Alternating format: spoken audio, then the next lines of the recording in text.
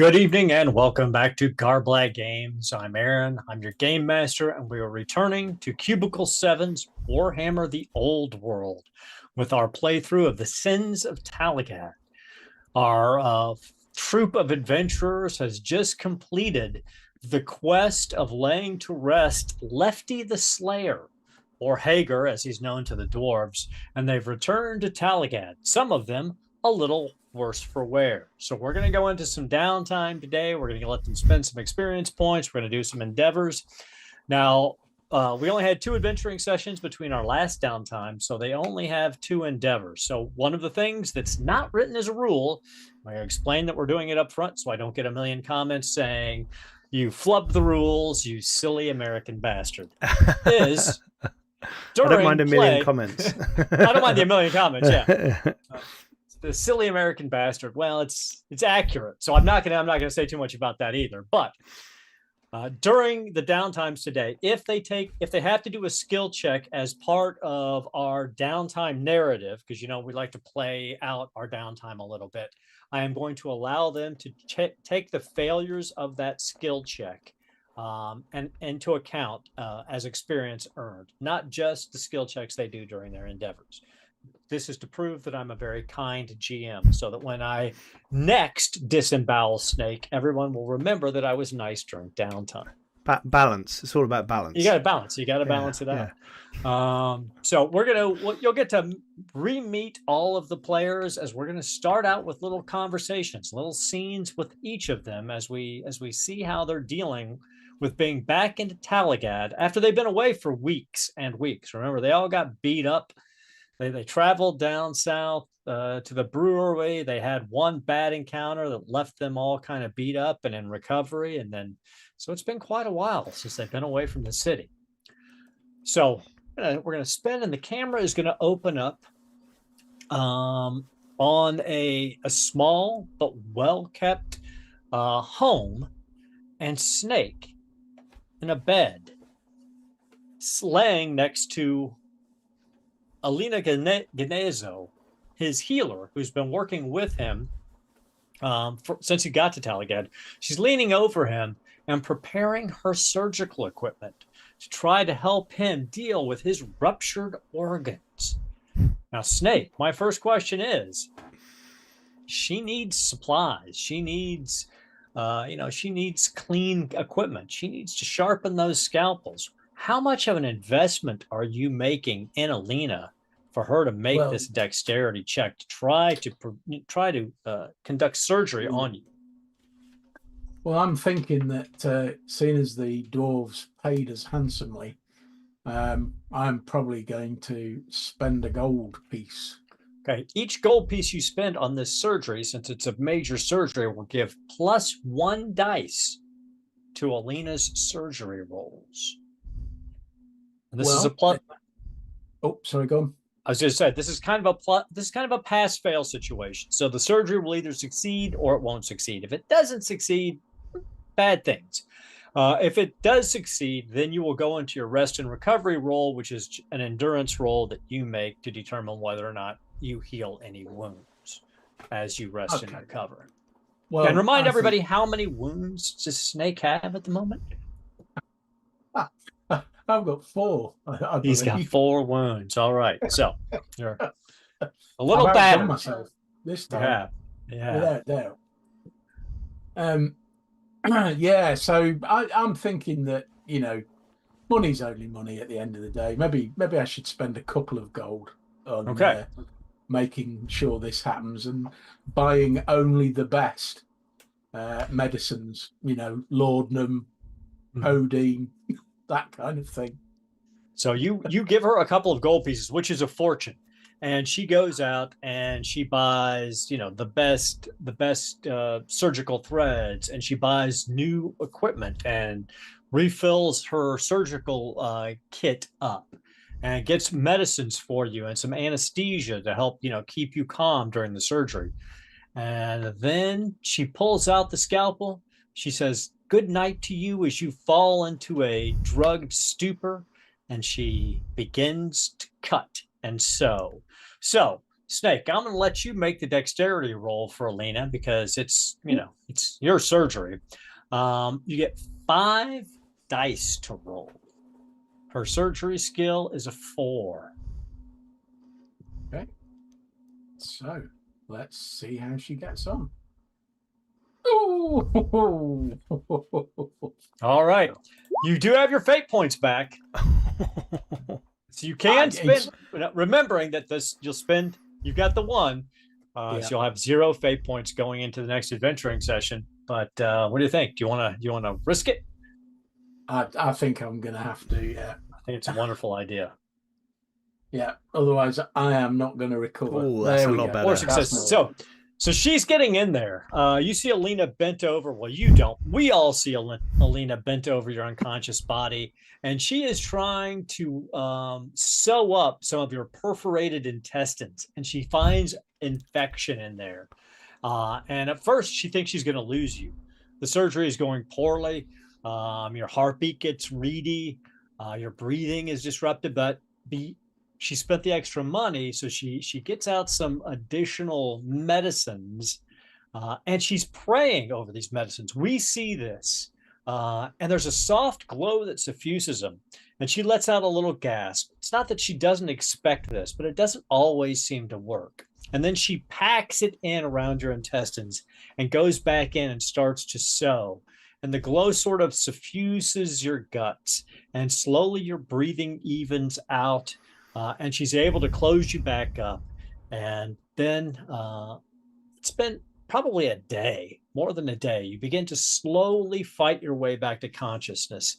And you see Alina sitting there next to your bedside. She's got one hand. She's slowly patting your hand. Clearly, she's got a cold compress over your forehead. She's been checking the stitches in your stomach. Give me that endurance check to see if you heal.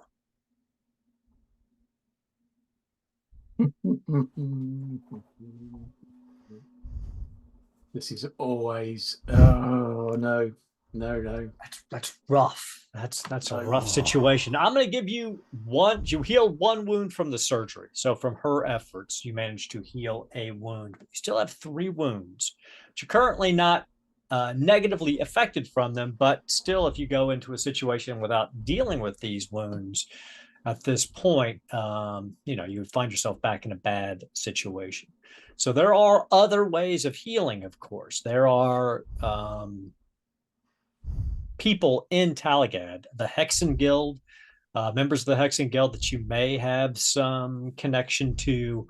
Some of your other contact, Alina herself may be able to point out someone who might be able to provide you some magical healing. And then, of course, there's always the Temple of Shayla, and they might be able to provide you some assistance as well, of course, for a cost. But so you're still feeling wretched. The stitches are holding together, but your guts are just aching. You've got a fever. You're obviously not fully recovered. So, and she's leaning over you. Oh dear, Snake, that was such a bad wound. You've hurt yourself so much. Look at all the new scars you have. What have you been doing? I thought pit fighting was bad enough, but never anything like this. Yeah, I've been fighting a few strange creatures recently. When we went to help the dwarves, we ended up fighting bugs and dragons and all kinds of things, and strange fish, and they all seem to have very large claws or very large teeth or both. Well, you definitely shouldn't be using your body as a shield then. You get to get some distance from them. No, I may have tried to wrestle the wrong creature. Oh, just Snake. Possible, Snake, you can't wrestle. What am I going to do with you? Listen. Yeah, I'm beginning to realize that, maybe there are some things that you can't punch. Yeah, I mean, definitely, Snake. You got to work on this, but well, regardless, you're going to need several more weeks of rest before you're fully healed. These wounds they will take time. You're looking, unless you, I could perhaps point you in the direction of, other healers, or if you have a little bit more time and perhaps a little bit more gold, I might be able to put my hands on some sort of magical poultice that might be able to help you. But this is difficult. Oh, I don't know. Maybe I should just make recovery. Maybe my body is telling me it needs some time to recover. There's definitely. The good news is I've learned a lot. Well, that's good. But listen, I didn't want to bring this up to you, particularly not in your condition. But I went by the pub, and Johnny Ninetoes, you said he was always your friend, but he said that you've been gone for so long that he's confiscated your fighting ring. He says you abandoned it, and he's taken it over to continue managing your fighting business. And he gave the entire business over to that dwarf fighter that noble fop. What was his name? That Fuhrerbog chap. Stumpy Joe. Yeah, his fighter, Stumpy Joe, the dwarf, he gave him your business and is running your fighting ring. Well, that might be a sign, because I've been having a lot of visions recently of demons and demonologists and strange things going on within this city. You should not be talking about that out loud. You know that there are witch hunters around. I mean, they're more quiet now since the recent issues with the Sigma, but there's none here though, is there? It's only you. Snake. Well, no, not yes. Here you're safe, but you speak of things like that, they can hear you. You have to be careful. Yeah, I will be. Between you and I, Snake, there is someone practicing the dark arts in Talagaad. I feel it from time to time as I go through the city, that the black winds royal. There is a demonologist here, and they torture someone. I can feel the pain radiating from the city in the evenings. That's why I try to stay away from this part of town. Confession to make, Olina. What is that? Well, I didn't arrive here by accident. I wasn't here because I arrived on a caravan of circus clowns. I actually came here at the order of my queen, because we have somebody missing, and this person who is missing, well, let's just say it's rumored that they can prolong people's lives. They are unmatched in magic associated with time and destiny. And I was sent to find her. We know that she's been kidnapped by probably a noble from a human noble from somewhere around here. That's as much as we know. And I maybe got lost a bit along the way. I was going to say, Snake, you've been here for months. If I had known this earlier, perhaps I could have helped in some way. Yeah, well, I was lost in my caricature, shall we say. But these things may well have brought things forward, shall we say, brought them to a head. And I need to make some more investigations now and find out what this is all about. So it's, well, whatever. It's the evil is palpable. You should heal up before you go fighting. I'm not going to face. Don't believe me. I'm not going to face it, not yet. But I do need to start finding out a bit more about it. So I've been here long enough. I've collected some friends, and maybe some people that might actually help me And now I feel as though maybe it's time I ought to tell them the truth at some point. If they're your true friends, you should. Let me tell you this, though, Snake. If you're interested in finding this woman, seeking her spirit, there's someone I know who might be able to help you. His name is Malco Mataska. He's away with the spirits, and perhaps if you seek him out, he might be willing to aid you. Okay, that sounds like a very good idea. I shall definitely look into that. Do you know whereabouts he might be? You can usually find him on the outskirts of town, but I can get word to him that you are interested in talking with him and see if I can set up a time for you and a time and place for you to meet him. He is very concerned with the witch hunters, so he's discreet, but I think I can help you. If you have a spare silver to give me, I can all but guarantee it for that. Yes, I can. I do. At the moment, I do have some money. So I think where Nine Toes is concerned and Stumpy Joe, I think I'm just going to leave them to it, and I shall invest in in something else instead. All right. I just wanted you to know. I did not, it didn't sit well with me that they had stolen your property and were making money off of it. Still not happy about it, obviously, but I think maybe that's the sign to leave that life behind and do something a bit more that I should have been doing, really. Well, all right. Well, I am here to help you, my friend. You've been a good friend to me. So, but you rest now. You need to sleep. You need to try to heal. Little infection is set in. You're not healing quite as much as I had hoped. So we have to keep an eye on this.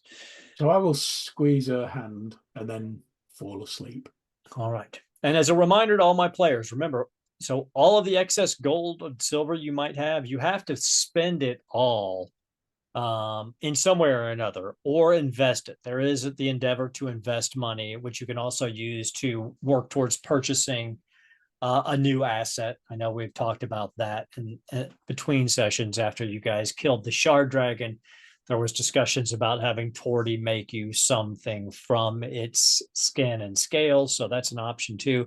But remember, at the end of downtime today, your money resets to whatever your level is. So if you've got gold, you should spend it on one in some way or another, or just party like a rock star and just let it flow through your fingers as if we were in a Robert E. Howard Conan tale. So we fade away from Snake sleeping gently in Alina's home as he tries to recover from having his guts torn out. And we find ourselves at a much more raucous pub, the Boyar's Rest. Brew is being guzzled by the patrons. Music is playing in the corner. A very bad Kislevite bard who is far too drunk to be performing is trying to get away with plucking some tune in the corner. And we find Boris the bear sitting at a large table with an equally large, older Kislevite man. Huge tattoo down one arm. He's wearing kind of a furred collared coat. His long gray white beard hanging down to his chest. Kind of a half smile on his face. Boris. It's good to see you back in town. Yuri, my friend, drink ale with me. Of course, always.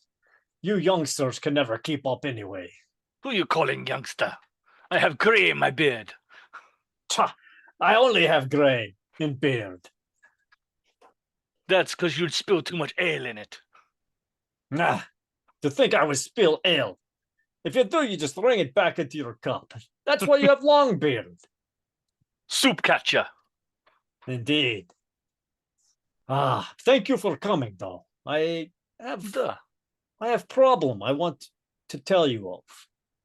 Perhaps you can help. You big, strong, Urson priest. He slams his hand against your chest. It's like, perhaps. As he does, like he sees it coming, so he kind of like buckles ready for it. It's like to make it really feel like when he hits him, he's like rock solid. He's like, he's good. He's good. Listen, Boris. Since you've been gone, there's been problem in Talagaad amongst the poorer of us, mainly Kislevite children, but others too, others in Talagaad. There's a sickness that is attacking the children, a sleeping sickness. None have died as of yet, but they wither, and they sleep through the day, and they seem listless and pale, and their eyes never quite focus. At first, it was just a couple of girls, but now maybe 24 children in the last 3 weeks have shown signs of this sickness. I am concerned. Duh, that is very concerning. Maybe it is they're too far from the embrace of the motherland and the cold and the true frost of Kislev. Perhaps that is it, but there is something else that made me think that perhaps I should be brought to your attention, priest. And he pulls out a small leather bag and hands it over to you. This was found in many places around where the children fall sick. I shall gingerly open the leather-bound case to see what's inside. And immediately the smell kind of hits you of these flowers. And you look down in it, and you see these a bag full of dried flowers, the flowers that only grow in Kislev. He goes, this has been left near.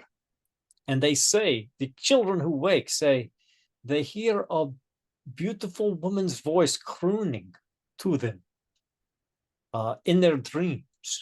You can see, I assume they're the flowers that Boris has recognizes quite very clearly. Oh, yes. Oh, yeah. Yeah, You okay. recognize them. He can see the veneer of like Boris's usual joy just falls from his face. There is just like pure like anguish and anger kind of all mixed in like this creased facial feature as he stares at these flowers. And like Boris kind of hits them back across the table in like a disgust. Ugh, this is filth. Yeah. I thought.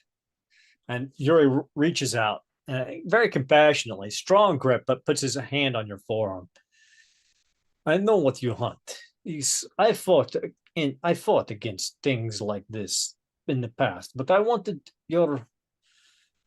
to see your reaction to know if perhaps I was thinking correctly. I believe we have an infestation in the city. These foul creatures of the night. And these are not any elf creatures. I will tell you something, Yuri. I believe I saw my daughter. Though she was not my daughter. Your daughter is dead, right? I mean, that is what you've told me. That is what I believed, and she is dead. This is not my daughter. And these flowers, these blossoms, only grew near the steeps of our home. She is leaving them. Your daughter? Yes. Oh, this is bad business. Yeah. But like I said, she is no longer my daughter. She will be a creature of the night now if she is still her. What did I was afraid that we had a problem with the vampire here in this, but to know that it is striking so close to home. I had heard that perhaps an organization called the Ivory Circlet was responsible for this, but now you tell me it is perhaps your daughter did she follow you here? I do not know. On the road to the Slayer's inn that we went to recently, and he points to it on the map because he's not particularly good with the the Empire names.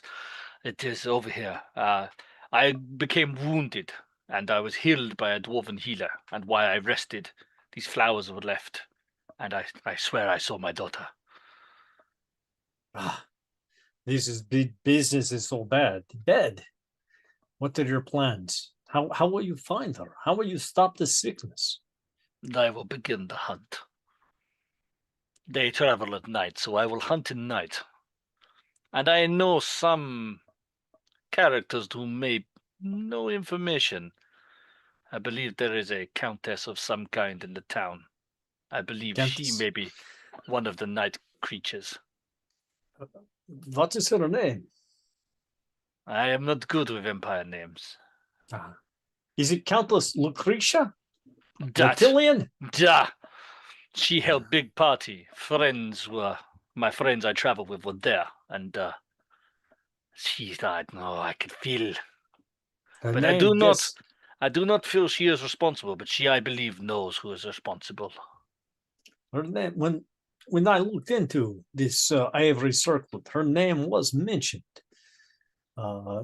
Again, they did not say that she was one of them, but that her name was mentioned. This is our concern, yes.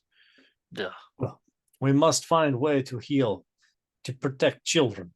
This could not be allowed to happen. Has anyone approached the sisters of Shayla? They are renowned healers. They may not be frost maidens, but they are healers of this land.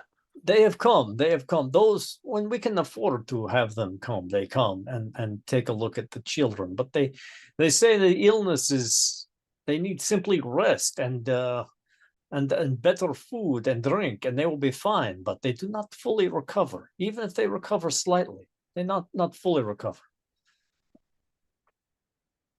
You know, it is coin often that even amongst the Shylands, that coin is often what drives them. And I believe that the nearest frost maiden would be 100 leagues from here. Yes, unfortunately. But we are here. I will help protect the children, but you must stop the plague. I am a priest of Urson. We are not known for healing, but destroying. That I can do. Yes, this is good. And as you're speaking, a flickering motion, you catch a flickering motion in the corner of your eye. I look to see where it's come from. And standing in the window in front of the Boyar's Rest on the outside, you see the image of your daughter just sort of floating in the window. And you see her hand touch the glass. You see the frost, you see the glass around her fingers sort of frost. And she's just looking at you. And she appears to be weeping, but no one else seems to be recognizing what's going on. Give me a willpower. Willpower. Willpower. Oh, no, willpower isn't the one that's improved. It's recall.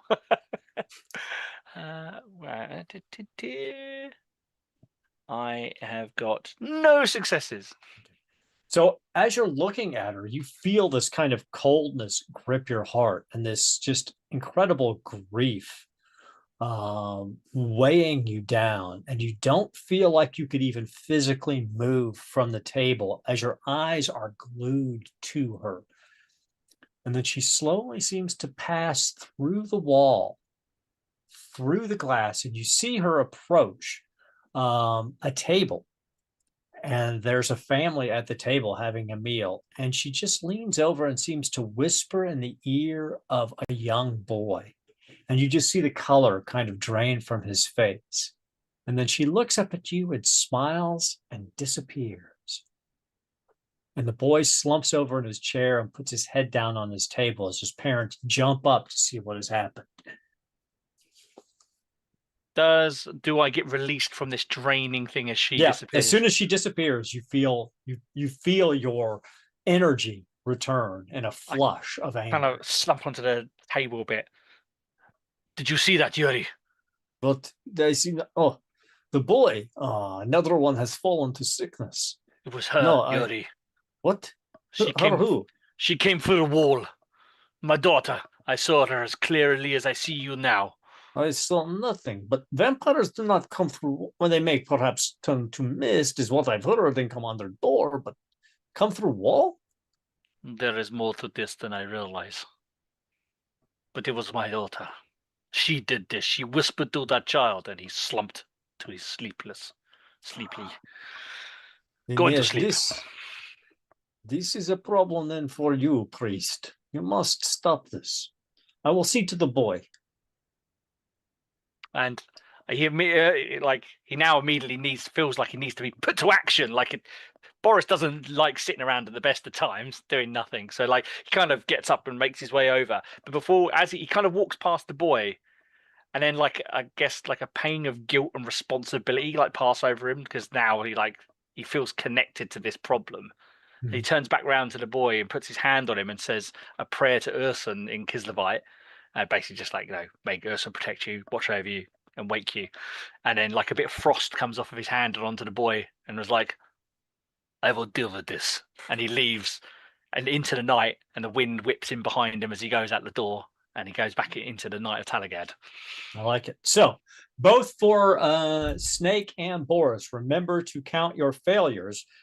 Snake on your endurance roll and Boris on your willpower roll towards improving those particular skills. Do you have to meet it, or do you have to have more than you have the skill? I can't remember for this one. It's the you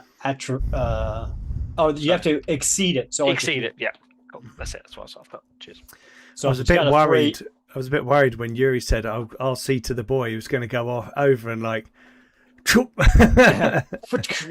yeah. No vampire here. Don't worry, he'll take care of him. I'll see to the boy.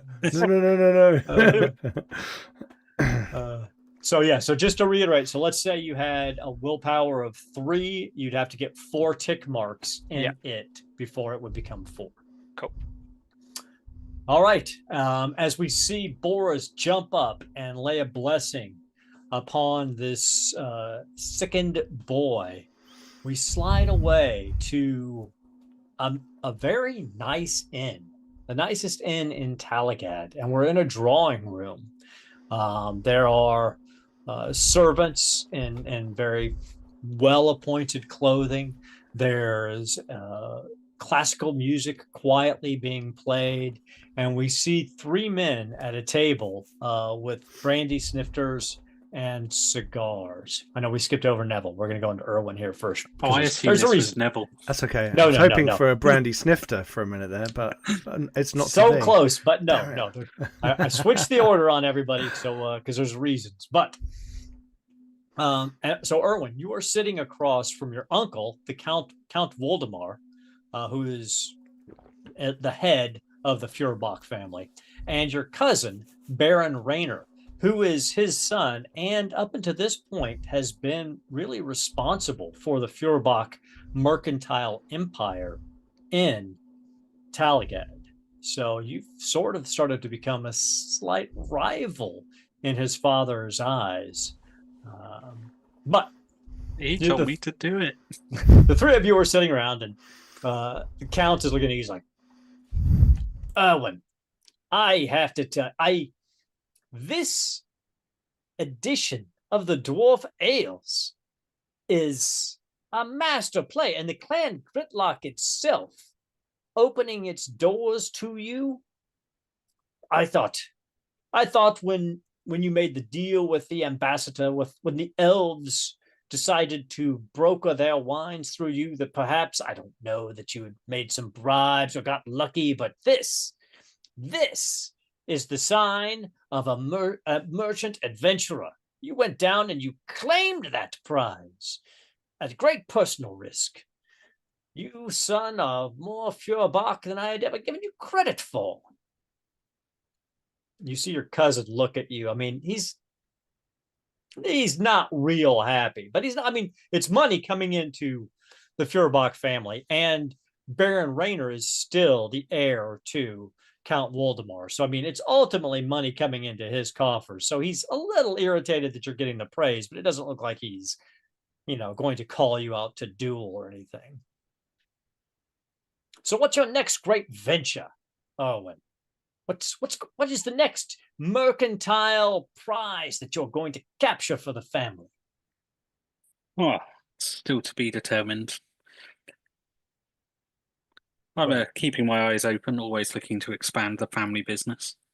That's what I like to hear. See, Raina, I told you your cousin was not a layabout.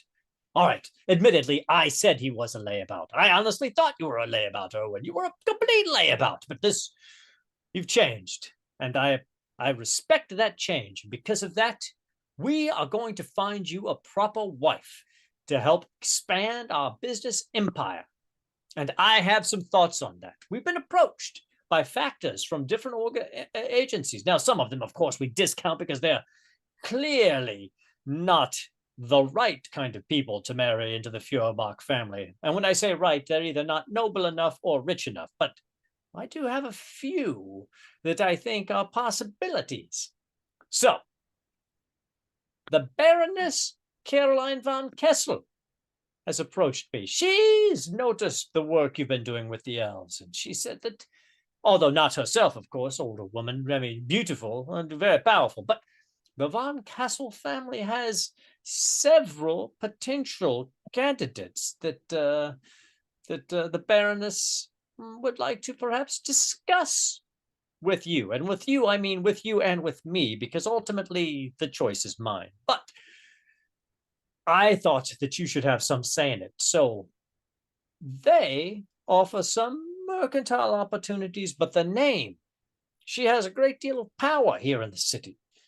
And consolidating power in Talagaad would not be a bad thing. But she's not necessarily our best choice. There's another woman. And again, not for herself, older woman, but have you heard of her? She's making waves in the art world recently, but the Contessa Lucretia of Tilia. Now, this is perhaps an excellent prize to pluck. She is. I kind of clear my throat deliberately. Are you all right, Owen? Are you not used to the brand? This is very good brandy. Perhaps you're not used to drinking brandy quite this good. I can have them bring some swill if you'd prefer to drink swill. Of course not, Uncle. I fear she is not a good choice. Oh, I don't know. Her now, admittedly, her Tillian family, they're not quite the same level of nobility as we are, but they are wealthy beyond all reckoning. Well, if I lived that long, I suppose I would be. She's not that old. She's perhaps, 35. In appearance, perhaps. Well, if she could afford any kind of ways to make herself look younger, it just goes to prove my point. Not a way you'd want to look younger. Owen, listen, I understand you might be hesitant to marry a Tillian. I'm not going to ask you to move to Tilia, for God's sakes, but it's more I'm hesitant to marry someone that can't walk in daylight. Well, I mean, she does seem to have very, very fair skin for a Tillian and didn't seem to want to come out during the day, but she's not talking about herself. She says she has nieces that she would like to introduce to you. I'm sure she would, but they also probably don't walk in daylight, and I'm rather partial to breathing.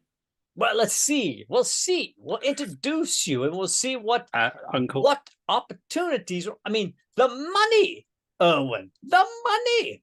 What next? The Countess of Sylvania? I think this is a poor plan. Not so. She's from Tilia. Tilia, Erwin. Yes, Uncle, I understand. Sylvania. However, Marienburg. I'll say in a low voice. More than likely be moving to Marienburg. For God's sake, she has similar traits to those from Sylvania. I don't care if she has similar traits from an orc. She has money, Erwin. We must think about this. I'm going to tell the Contessa to have one of her nieces come by to greet you for breakfast. Uncle? Yes, dear. Undead. I mean, she's definitely old. She's not that old, Owen. Oh, you make me laugh, son. Take a puff on your cigar. But listen, before we get too far off track, there's one other potential candidate who is very interested in our trade. I'm very interested in the wines.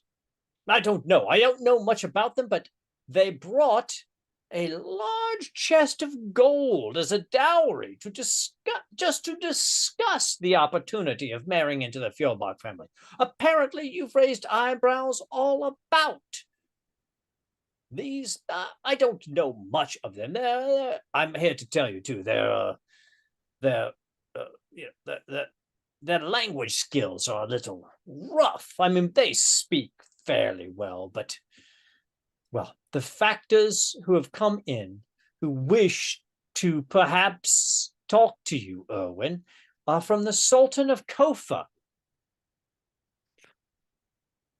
Yes, I know a sultanate for Lord. I mean, how did they even know about you? But apparently, you've made interests between your elvish and dwarf conglomerations. I think they probably must have heard about you when they were in Marienburg, but the opportunity to trade into Arabia? Do you know the amount of money the Fjordbachs could make if we were able to open up distribution rights through Marienburg into Arabia for your wines and ales and bring back spices from Arabia? Owen, the amount of money you could make for the Fjordbach family. I mean, yes, we'd have to marry an Arabian woman, but they're beautiful and intelligent, and they came up with mathematics on their own. Good Lord, Owen, stop being so racist.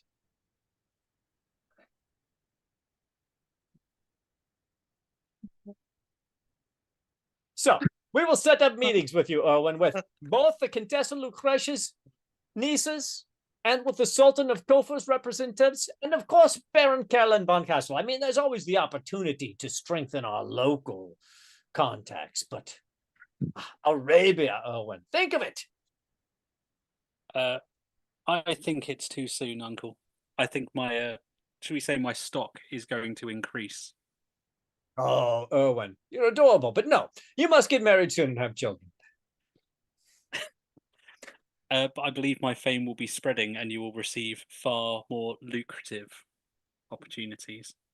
Erwin, I'm here to tell you, my nephew, you are an intelligent, dedicated, adventurous young nobleman. But when it comes to the noble hierarchy, you are dirt. And I am going to sell you for a much greater price than dirt. So one of these three women's representatives are going to purchase your marriage rights. And you are going to give me heirs. And if you end up having to send some of them to Araby, that's not my problem. Have we met the von Kessels before, Aaron? You have not met Caroline von Kessel. You know the name. She's very wealthy and she has a great deal of power within Talagaad. She's got some influence over the representatives that were put in place out of Taliban. Right, okay. Well, Uncle, seeing as you gave me the choice, I would like to meet with the von Kessels. Absolutely, Owen. This is a smashing idea. I will definitely, in fact, I think this is what I'm going to do. I'm going to set up a dinner party. Perhaps for later in the evening. Well, not tonight, obviously. That's gauche. But I mean, you know, in a week's or two's time, I will set up a dinner party and invite representatives from all three interested parties. And you can talk to them all. You'll have your pick of all the nieces and sultanates and caliphates and... what time of year is it, Aaron? I've forgotten. You're in the fall. Okay, well, I think we should have a lovely outdoor one in the day. It would be fantastic. Make use of all of the beautiful picnic. A garden party. A garden party. Garden party. The leaves are stunning on my estate. It would be a perfect place to host. Well then, Owen, I'm going to leave it up to you and your staff to organize it. I think this is a wonderful idea. It's going to test your mettle as a young social climbing nobleman to throw the perfect fate. I will make sure the invitations go out. I will throw a wonderful summer, evening, autumnal afternoon soiree. Wonderful. Now, Raina, this is all between the two of them. We have already set up your future bride. And yes, I mean, you're going to marry much better than Erwin. But let's face it, we didn't think Erwin was going to marry anything. I wasn't even going to let him marry. I didn't want his seed to spread. But now, We're going to get him a good match. So it's important that we don't discuss anything that was discussed here, particularly not any of his racist rants about Araby. All right, good boy, Raina. Yes, no, Raina, you will attend the dinner party in my stead to give some legitimacy. Uncle. Oh, no. Oh, and I wouldn't take your day away from you. You and your cousin go out and have fun at your dinner party. I mean, your garden party. Enjoy, Raina. Make sure he has fun. Make sure he picks one of these women. Yes, excellent. Oh, must go. Things to do, people to see. Owen, go find more business interests for us and get married. Go have children. Yes, excellent. Goodbye. And the Count, Voldemort, gets up and walks away from the table with his brandy in his hand. Baron Raynor, your cousin, looks at you and he's like, I don't know what to tell you, Erwin. I mean, you knew this was going to happen, so you best make the best of it. Yeah, had to happen eventually. Still, at least we can have a good shindig. Yeah, it's a fact. Hey, you also should probably invite the Viscount Peter Ludendorff to this if you're having a garden party. If we don't invite the Ludendorffs, that would be poor form. And let's face it, the Viscount is marrying your cousin. So the two of them should be at your garden party. Yeah, well, I'm sure you can assist with the guest list. Absolutely not. I'm not having anything to do with this. It's going to absolutely fail on your own head. I mean, I like you, Erwin. I think you've lucked into some amazing things. You're putting a lot of gold into my eventual coffers. I appreciate that. But when this garden party goes pear-shaped, I don't want anyone blaming anyone other than you. Fair enough. So I will show up, and I will send the invitation to Viscount Peter Ludendorff and our cousin. Beyond that, it's on you. Good day. And Raynor steps up to the table, shakes his head, pats you on the shoulder, almost just to say, you poor bastard, and then walks away himself.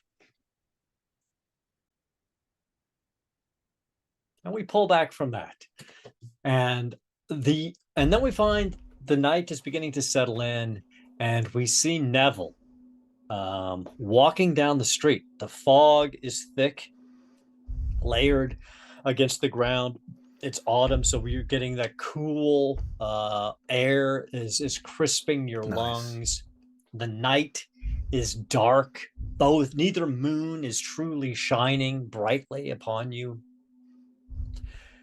And you feel someone take your arm in their arm. You didn't hear anyone come up, but they take your arm. Actually, give me an awareness check to see if you do notice it. Oh. Or a willpower check. Your choice. I will try a willpower check. All right. I figure that Neville's probably following little traces of winds of magic through the fog, or seeing little eddies and things that he's kind of been sort of slightly more distracted by, and enjoying the cool air at the same time. No successes. That's okay. While you're trying to parse out the different winds in the fog, you feel this cool touch on your arm as someone links arms with you. Does it feel like a big burly arm, or does it feel like a small lady's arm? It's a woman's arm, and as you glance over, hello, you see the Contessa Lucretia. She's like, Neville, sweet Neville, it's good to finally speak to you face to face again. In our dreams, we lose so much context, but have so much fun. Oh yes, and there's perhaps so much more fun to be had. But first we must talk. Sweet boy. He had a moment of like, he's not met her before. He doesn't know who she is. She's clearly a very rich, well-to-do foreign lady. And she's dressed incredibly well, and her long black hair is in this amazing knotted coif. She is not wearing any heavy cloak or anything, even in the cold, though. She's wearing a very sophisticated but almost risque white dress. Even better. Well, Neville's, pleased with what he sees and thinks, okay, great. Nice looking lady. Maybe I can get in somewhere nice for a nice evening, Raises me up a little bit. So yeah, he's like, lead on. I was merely following the fog. And she chuckles a little bit deep in her throat, almost as if she's seen what you were thinking. And she's like, oh yes, sweet Neville, let us stroll on. I have some things I wish to discuss with you. Now that you've began to taste things I wish to talk to you about as well. I know very little about this world. I feel like a door has cracked open. That's a very good way of putting it. The question is, sweet Neville, do you want to throw the door wide open, or do you want to slam it closed and lock it? Well, never close an opening door. That's just rude. But I may not fling it wide. I might stop a moment and listen. Well, so maybe wisdom. Tell me and let me see what you have to say. Wisdom in the human. It's a rare commodity, but one I value in those who might aid me. So let me tell you, Neville. I have many agents within the Empire and outside of the Empire. Intelligent, hardworking, driven, handsome humans, elves, dwarves. They all provide me information or assistance. One of the things I look for most closely in those who would be true agents is the gift, the spark that allows them to drink in the winds and twist it to their will, and the interest in doing it. Now, you've been marred. That magnificent dwarven prosthetic that has replaced your forearm and hand. It's quite incredible, but it limits your ability to manipulate the winds. What? Because of how it's made, or what it does, or?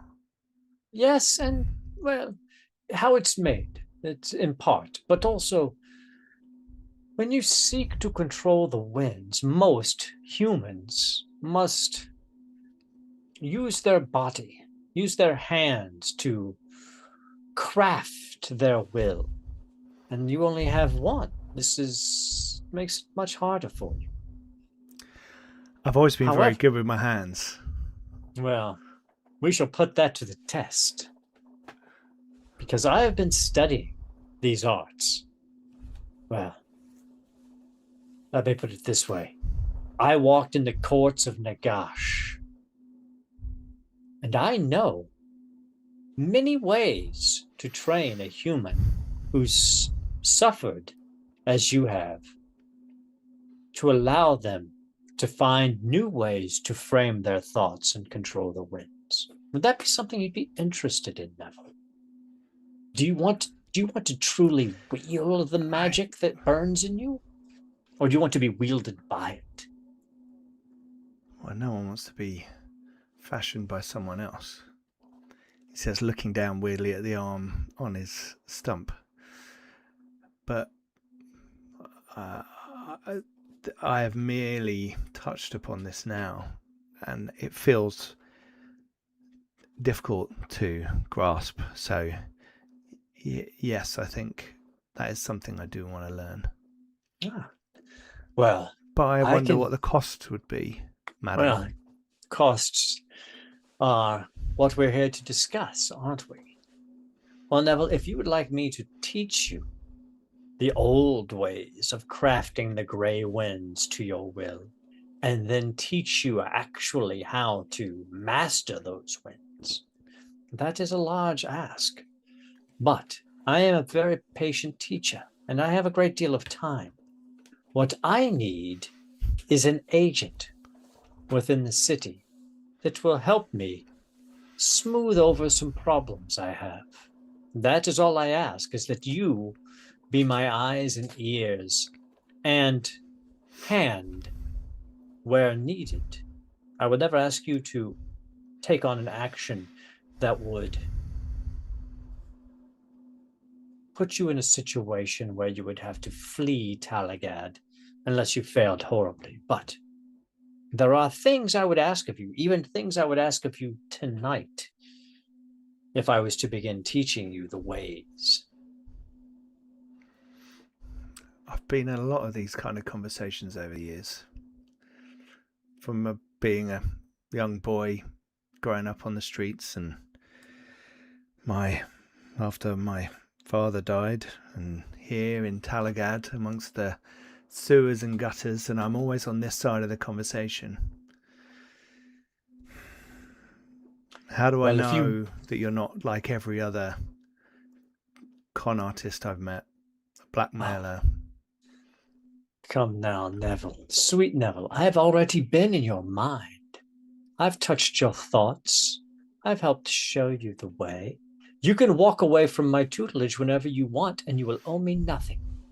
But do I feel her? Is she like trying to like probe my mind right now? Do I feel anything like that while she's kind of?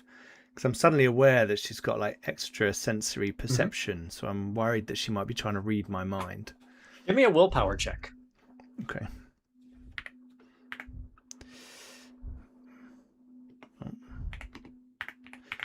My last willpower roll, I failed. It's got 3 failures, which would have put my willpower up. Does that happen straight away, or is it the end of the downtime? End of downtime. I don't know, so I'm just checking. Well, cool. Actually, since I'm having you make a second willpower check, I passed just anyway. keep track of all the texts. Okay. Yep. Oh, fantastic. So you've got 2 more failures, though, right? So keep track of that. So if you'll get the next one, and then those 2 ticks, the additional 2 ticks will count towards your next increase. Okay, cool. So you feel, you kind of loosen your mind and let these new senses that you're beginning to develop feel around you. And although you can feel the gray winds swirling around her, and now you see them much more distinctly, they are not interacting with you at all. Okay. In fact, it almost seems like she's pulling wind to her and away from you. Okay. So, sweet enough, you can walk away from my tutelage whenever you want. Think of this, it's less of a bargain between you and I. I am auditioning you for perhaps greater opportunities in your life. I will teach you, because if you learn and choose, you could become a much more powerful agent in my organization. But if you don't want to be part of my organization, I will let you go. I only look for volunteers. Well, let us say that it's important to know things. And the people that I work with, the organization I work with, they prefer subtlety. They prefer to walk next to the nobility of this land and help guide them, teach them. I have some experience with that recently. So you see, but we do not force our hand on others. The group I represent is called the Ivory Circlet, and we are a group of noble women who simply seek to find a way to live in companionship with humanity here within Talagaad. Now I'm going to look at her, right? She appears to be a human, right?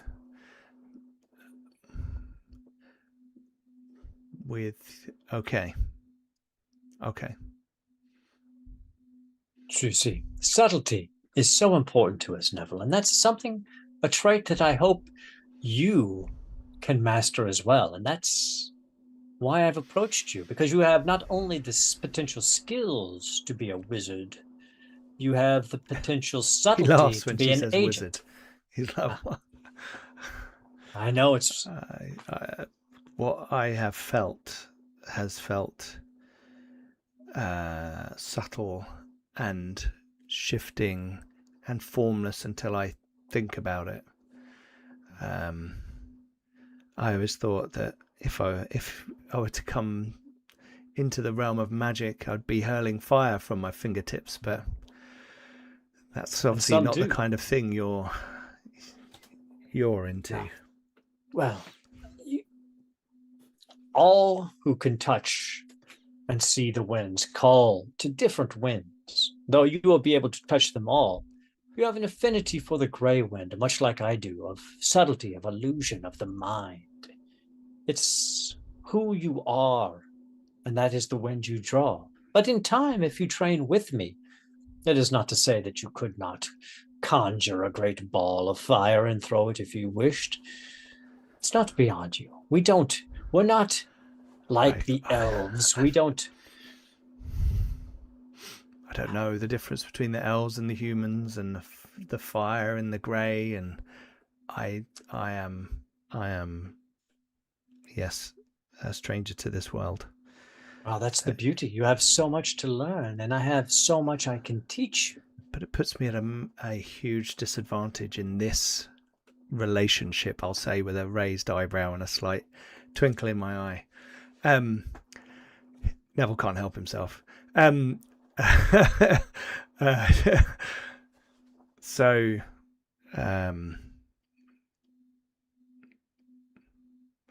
what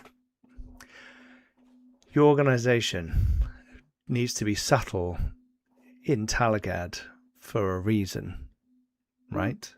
We're subtle people would not like to understand. This makes me feel like people would not be happy about your presence. And it makes me worry that you would ask me to do things that would hurt people I hold dear, people I care for. No. We are known well within the city. I would not ask that of you. And as I said, if I ever asked you to do anything that you could not do, you could simply walk away and I would let you go. Really? Yes. Let me go for 10 minutes and then hunt me down.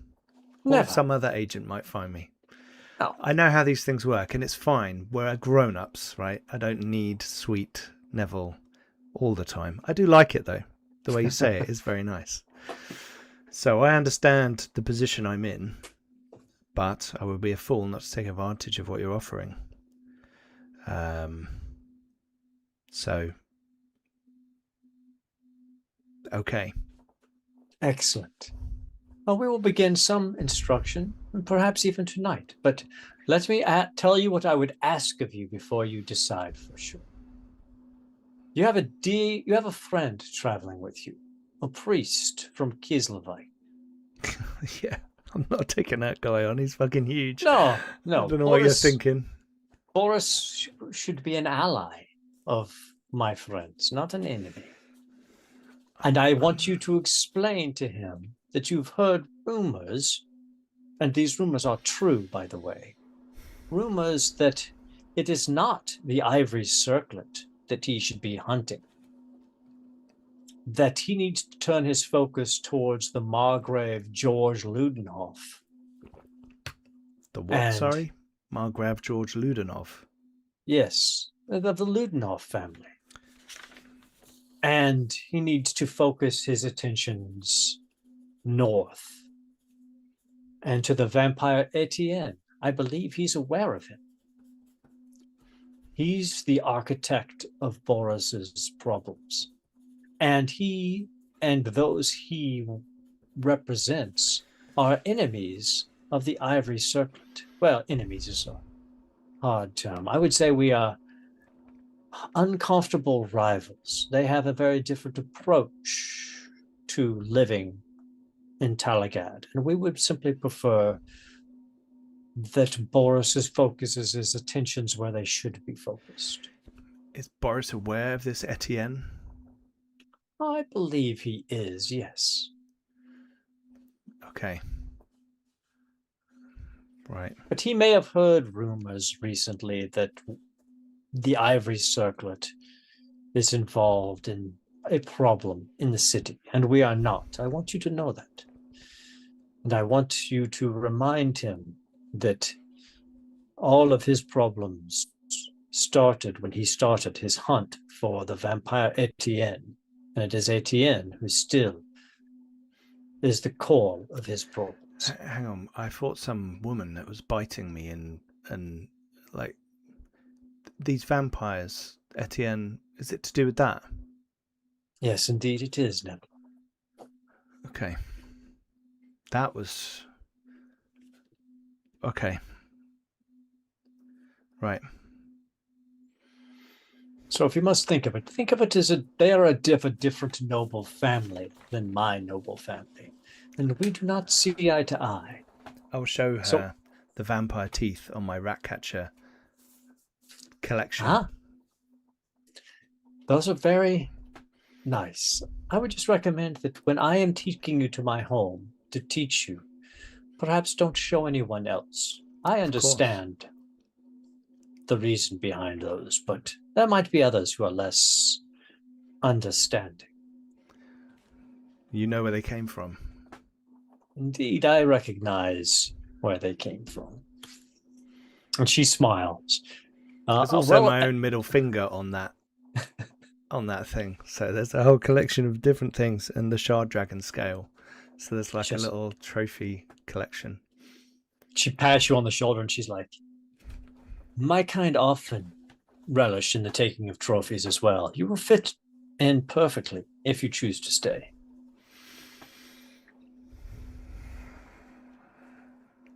Very well. I think I need a drink. Well, I know the perfect place. And she walks you over towards a very nice pub. And we're going to pull back from that scene. And we're going to take a couple of minutes to swing back into the mechanics of the game and into downtime. So the event is one that I made up. It is the sleeping sickness that's affecting the children of Talagaad. So that is the event that we are dealing with during downtime and possibly into the next adventuring sessions. Did anybody, and everybody earned 3 XP from between the last downtimes for the last 2 adventuring sessions. Yep. Did anybody spend any XP or want to spend any XP? Everybody's saving. I like it. Well, I'm just going to look at what getting wizard takes. Okay, so to change careers, that's an endeavor. Lore.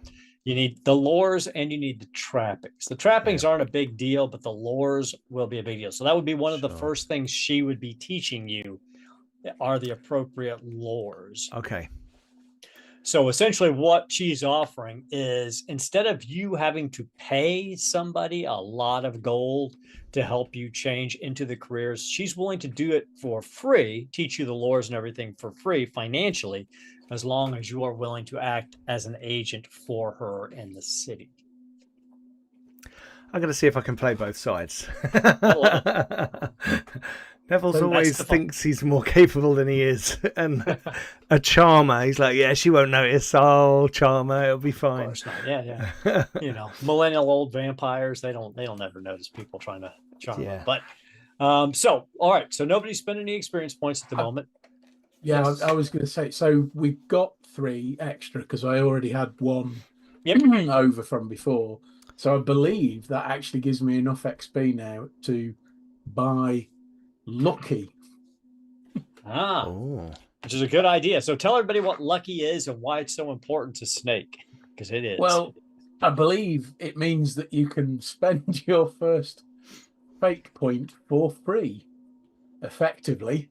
Mm-hmm. I think it also gives other slight advantages when you're doing any kind of gambling or cards and things like that. But the main mechanic, if you like, is the fact that I would effectively get an extra fate point, which is probably going to be quite useful. That is huge for Snake because elves only have 1 fate point to start with, so it's he has been suffering from that. Definitely. All right. And we already know, so if Snake bought something, Neville or Pete, is Neville going to... I'm just looking at the... spend any XP? Talents. So if I want to put one of my attributes up, it's the next number up, unless it's a favoured one, in which case it's the same number. Correct. Yes. So my reason I need 4 XP for, which I don't have. Yeah. So I could put my agility on my weapon skill up. But I think I'm going to save it for now. I would like to learn a lore. Is that okay? is that That's an done? endeavor. So That's that's an endeavor. Yes, Yep, study okay. lore endeavor, and it's Okay, we'll it's do a that recall test. next then. Yep, we'll talk Yeah. about that in a second. Yeah, that's And cool. the lores, if you're interested in changing to from rat catcher to arcane wizard, the lores you have to master are magic lore, one of them. I'm assuming, if you want to choose Grey Illusion. Wind or whatever Yeah. illusion. Yep. Literacy, and then either high society or cult lore.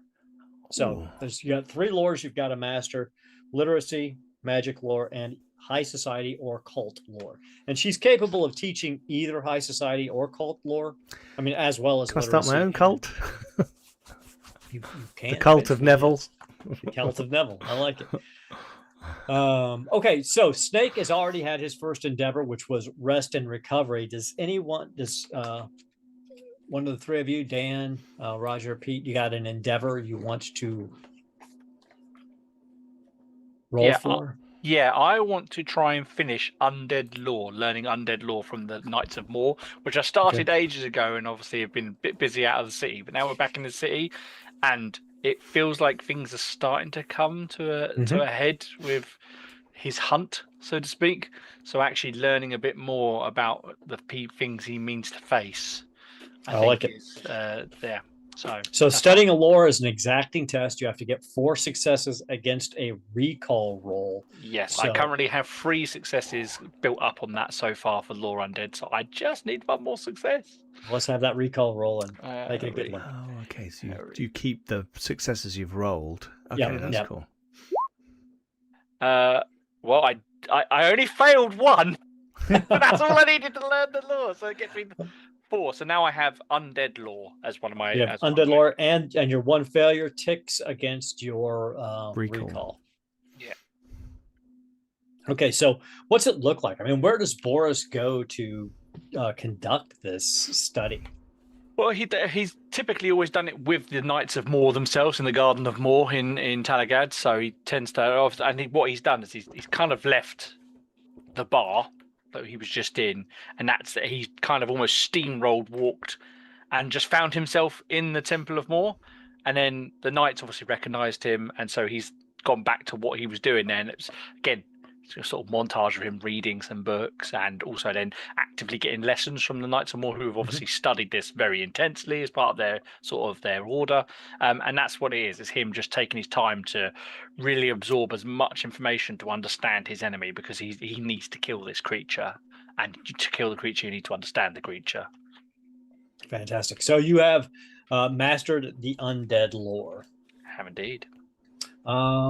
Roger, Pete, either one of you have an endeavor you want to try for? Yeah, so the scales of that big beastie that we have, I would quite like to talk to the dwarf smith, Tordy. Tordy, okay. About crafting it into armor.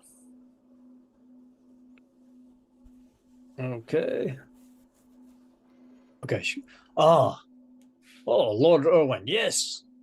I see that you are come about the shard dragon, I assume. Yes, that's correct. It's a magnificent beast. What is it that... I know I promised each of you some work. Of course, you have to provide some pay for it, but for materials. But what is it that I can craft for you, Lord? I wish to have a suit of armor crafted from the scales of this beast. This I can do. Let me take some measurements. So Tordy gets out. She starts taking measurements, and we see a montage of her working and taking and starting to craft this mail. So how this works is it's an invest money skill, and you will make. Are you going to be helping her, or are you going to be like keeping an eye on her shop while she does all the work? I think I'll be keeping an eye on the shop. I don't trust my own craftsmanship. Okay, fantastic. So it costs gold. So, but for this first part of the endeavor, this first one, for anybody who comes to, she's foregoing the initial outlay of coin because you gave her the entire dragon carcass to work with, and you're only going to be using parts of it. So for this first set of checks of investing money, you don't actually have to spend any money towards it. Now you can if you want, because remember, you're going to lose all your gold anyway at the end of downtime, having spent it, in debauchery or fun or whatever you want. So the way this works is it's an exacting test. And every time you have to make the test, you have to spend 3 coins. So for you, and for this particular endeavor, it's 3 gold per thing. You have to get 4 successes. So basically, while she's in the back working on this, you're running her shop. So you make a charm test, and your cumulative have to get 4 cumulative successes. Okay, I just got 3 of them. Okay, so she's working on it, and we see a montage of you there for several days, coming in and out, taking over the shop for her. You're very successfully helping her manage the front end of her business. And she's like, "All right, dear, Lord, we're mostly done.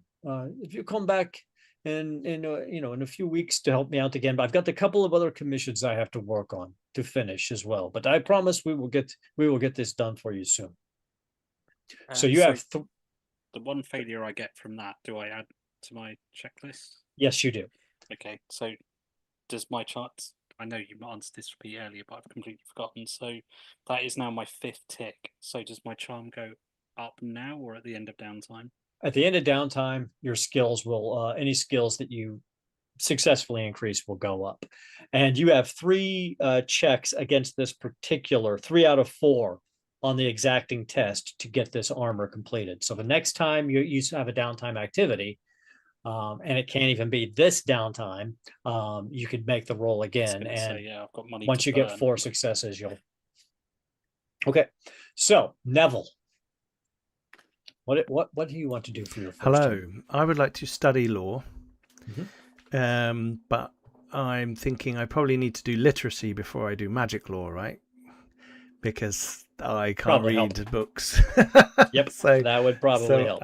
Yeah, unfortunately, it's the sensible option.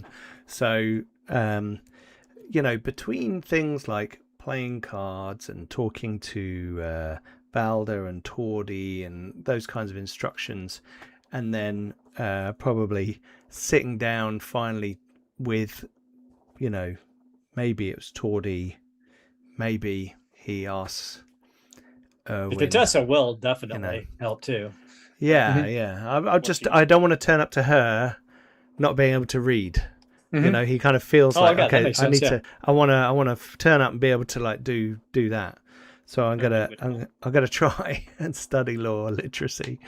I love it. Give me a recall test as we see this montage of you working with Tordy and Erwin and others trying to learn your basic Reichspiel lettering.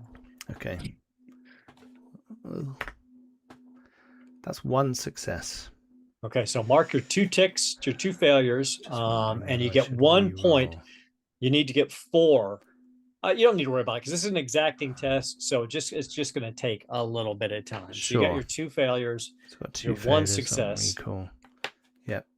And then can I do that again as a second endeavor? You absolutely can. So we just see Neville spending a great deal of time. Not a lot of time rat catching, but a lot of time learning to read. Yeah, well, he's, It's smart. It's important. He's finding that rat catching's not getting him where he needs to be.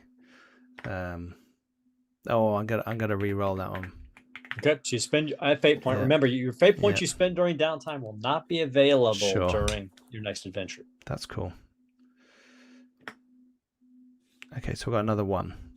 Okay, so you've got 2 successes and 4 ticks of failures against your recall. So yeah, that's going to put my recall up.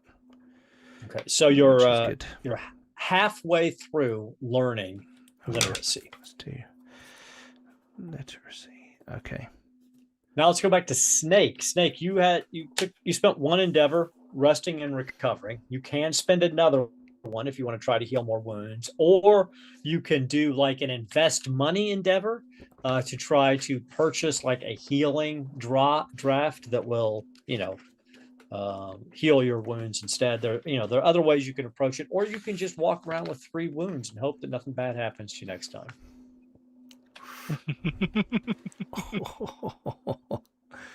Do it. Let's see what we're going to do. I think Snake, it does live for the moment, doesn't he? So I think we should ignore that, because he's got very important things he needs to do. So I think he's going to walk around with the scars and the limp and the knackered knee and the huge just put up with near open bowel move. That's injuries. exactly. Yeah, holding his bowels in while he does his shopping. Yeah. Okay. So what is your second endeavor as you walk through the streets of Talagaad? Yeah, I'm thinking of invest money endeavor, actually. Okay. So this is slightly unusual, and you're welcome to say no, but let's see where we go with it. All right, I'm ready. Yeah. So the idea is he wants a wagon. Okay. Mm-hmm. I want a wagon, but I want it to effectively act like the secret hideout, because obviously it's mobile. Mm-hmm. And with his woodcraft and his elven knowledge of the forests, he could maybe disguise it or have a way where he can throw things over it and make it blend with the forest. That was one of the thoughts I had. Okay. So, but what it also needs to be is it needs to be a monster slayer's arsenal. So the idea is there's going to be loads of little secret compartments, drawers, cold throwing irons, vampire stakes, chains, all that kind of stuff that he needs for slaying monsters in various parts of the wagon. So that it's like a traveling monster slaying kit. Okay. So Cool. and you're thinking like a wagon, not like a it's like a full wagon. A wagon of some kind that you can sleep in. So it. So are you going to the carpenters, and are you going to help them build this wagon, or are you going to try to do a little song and dance and get them to work on it for you? In other words, are you going to do the dexterity check to help them do it, or are you going to try to charm them into this? It doesn't really make much difference. So I think I'll actually try and help them design it, because obviously I've got the woodcraft. So the sort of part of being able to hide it and disguise it, basically, I think is part of who Snake can be. Okay. So maybe I should help them build it. All right. So you need to give them. Go ahead. I have 1 gold and I have 4 silver left. So okay. The monster slaying kit may be covered by the gold, and then 4 silver to put into the wagon. So what I'm just going to say is, because this wagon is a special, you've got some special design requirements for it. It's going to cost you 3 silver every time you roll on this endeavor. You need 6 total successes on the exacting roll to get this wagon completed. Okay. Right. Okay. So I'll spend the okay. So it'll cost you 3 silver, and then you make your dexterity silver. roll. I'll do that now then. Yeah. Okay. Dexterity is that and that and that.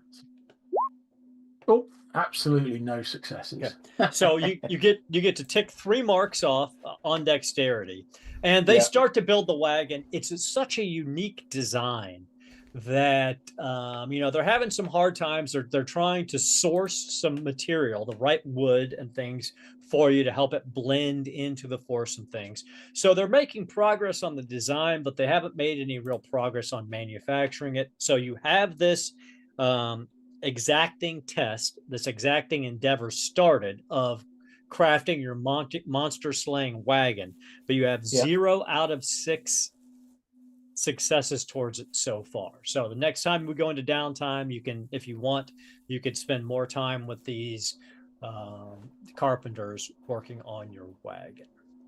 No, that sounds very good. And then I suppose the gold, which is left, which will go if I don't spend it, I may as well spend on the materials for a monster slaying kit, because I believe it is a gold tier item, isn't it? So, yep. So I'm okay with that. You can have get your monster slaying kit together. All right, I believe that leaves Erwin and Boris with their second endeavors. I would like to do prolonged labors. Boris is also obviously between studies and whatnot. He's going into the Kislevite area of the city, and he is going to be using willpower to try and cast blessings on these sick children from Urson. He's trying to basically bring Urson down from the cold, wintry north to a little bit of Kislev here in Talagaad, but not Talagaad, and just trying to, like, I don't know, give some energy to these children who have been sick and tired and whatnot. So I'm going to do prolonged labor with willpower. So that is 3 and 3. I do not get any passes. Urson can't hear me; he's too far away. So you get 3 techs against your willpower. Score, but it kind of makes sense. You're praying and you're seeing this frost. You know, the frost comes and touches the children, and you feel the energy of Urson flowing through you. But whatever is causing their sickness isn't natural. You begin to recognize that this is definitely not a natural illness. So it's resisting the blessings of Urson. Particularly, as you've mentioned, he's not known for healing. So this is something a little outside of your normal area, but it's not effective, but it does confirm your suspicions that this illness is not natural. And it says I start my adventure with an extra coin if I fail, but I'll just donate that back into the Kislevite community. So that silver coin just goes back into the Kislevite community.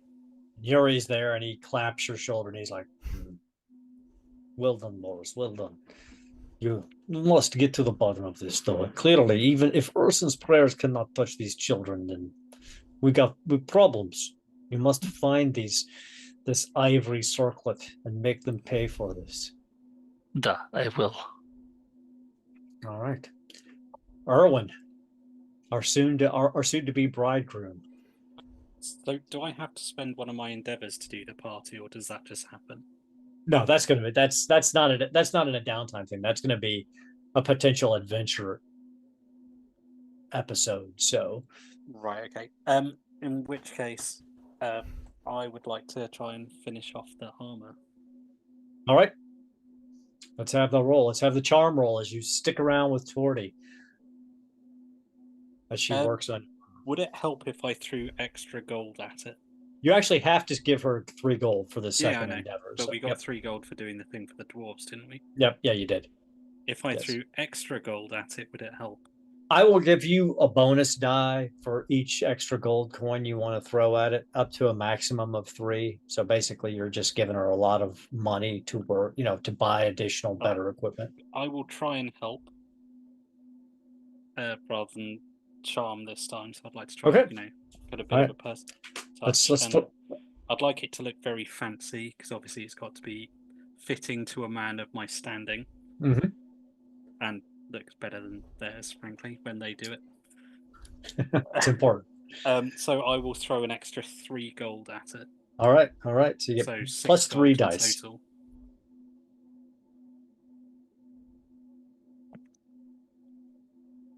This is dexterity, did you say?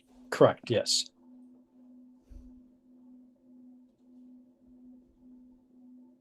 I'm going to use fate point on that. Okay. 1. All right, you only needed 1. The bonus dice you got for the gold don't count towards your skill checks. You get plus 2 checks on the dexterity. and you complete this endeavor. So after it's been days, but Torty finally finishes this shard dragon armor for you. This supple, I mean, it feels like supple leather, but has the strength of steel. And she's fitting it on you, and finally helping you, cinch it up and put your cloak on. And she's like, very noble, my Lord Erwin. And she's worked the Fuhrerbach crest in on the pauldron and everything. So it looks, this is very fancy looking armor. So you have to be careful. Many might try to jump you for this armor. In my life, many might try and jump me anyway. That's true. That's true. But I think I've done good work, and you look good, sir. Thank Tell you, your George. friends if they want something, they should come, soon. But I've set aside materials for each of them, as I promised. So I will not use what I promised to them. Of course. Don't worry, they trust you implicitly. Good. Good luck, Lord. Try not to get yourself killed. That's always my hope. All right, I think everybody's done their 2 endeavors now. So we're going to pull back, and where do we find Boris and Neville as the 2 of you come together? Where's it at? Probably the Boyar's Rest. I've probably been spending a lot of time around my Kislevite community of late. And I need a stiff drink. Right. After loads of reading and all this stuff I've been doing, it's too much. It's too much brain work. I need to go and relax. It's early evening. You guys have probably been back for a few weeks now, recuperating and working through your endeavors.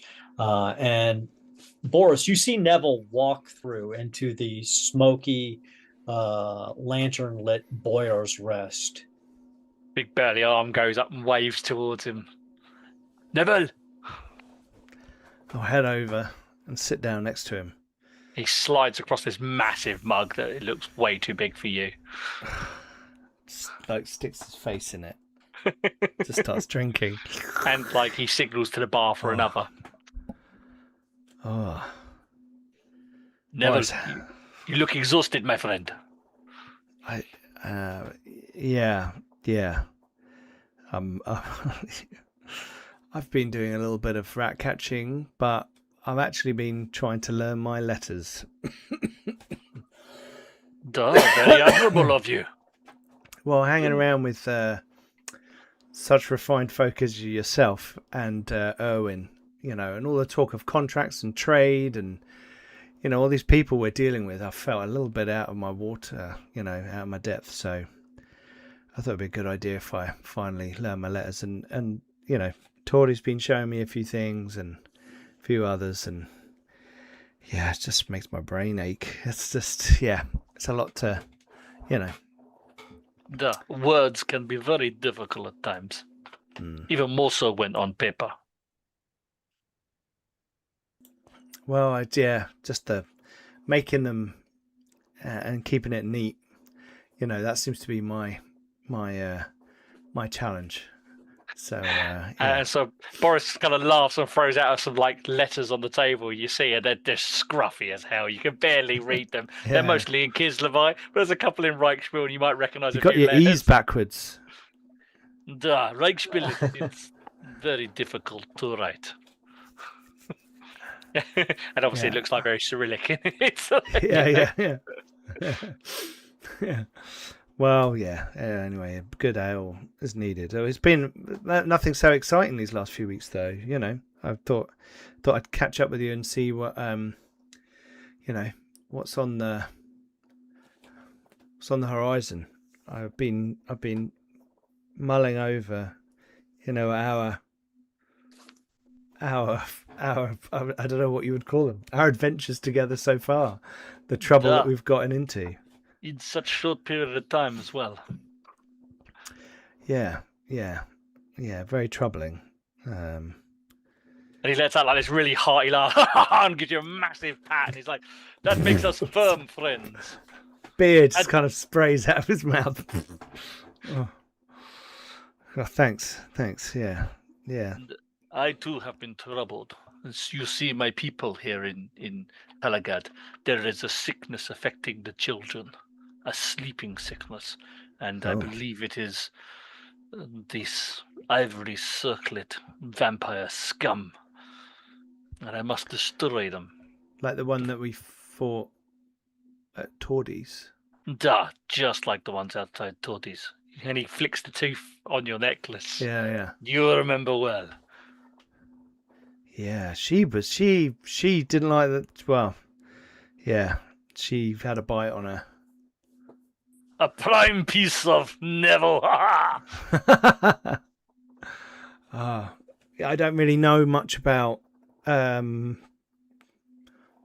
right? I know more about rats and Skaven. They are very close. They have sharp fangs, and they are disgusting. Well, I know those things. I know those things. I But don't know they how can they tell work you and much. how they... They have they like... hierarchy. Okay, so who's that woman reporting to you, do you think, then? The one who comes to me? Or the one who is when in we were the at city? Tordy's and I got bit and we were fighting that weird... Where I got these teeth from?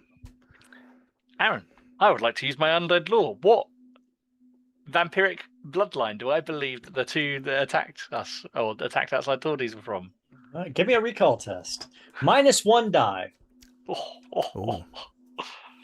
Okay.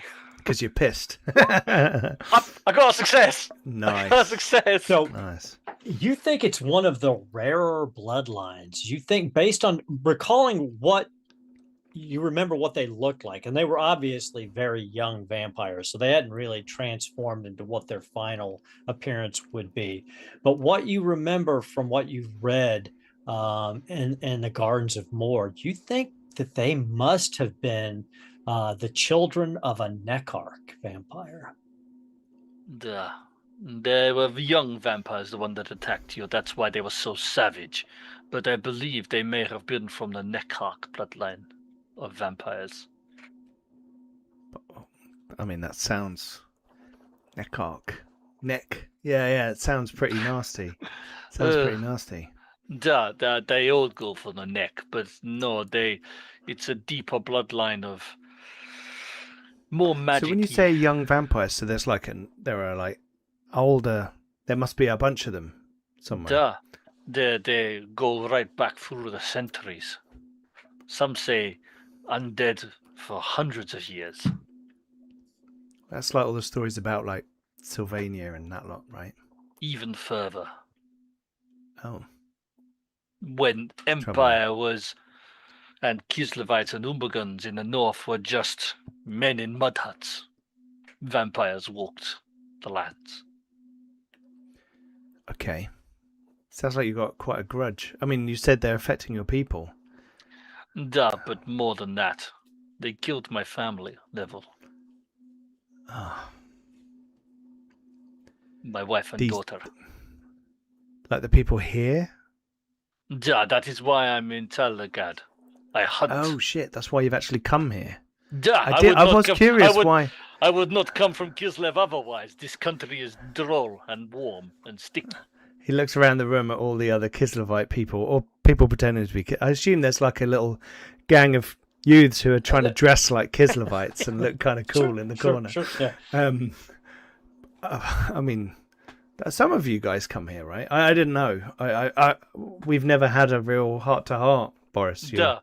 Yes, many Kislevites travel. The Empire and Kislevite has much trade with one another, and they like to settle. But me, I am from the steeps, the deep cold. I find being there so far south is it's very soft. I'm hard and cold. So as Boris and Neville are chatting, where do we find Erwin and Snake on this evening? I mean, you could be going to the Boyar's Rest. You could be somewhere else. Where are you at? And what are you doing?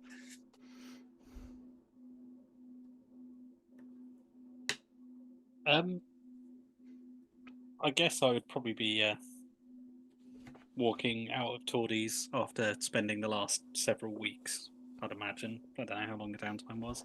Mm-hmm. You know, A couple weeks at least. crafting armor, and he's feeling, like every man with a new toy. He's very like, ooh, look at my new thing. He's probably wearing it already. He's far too excited for this. And you're definitely getting looks as you move through the marketplace. There are people who are swords and everything are on display. Carrying both swords. I'm going to be moving into my new home, which will be in the rafters of one of the barns on Irwin's estate. So Snake slips over the walls to Irwin's estate. Give me a stealth check.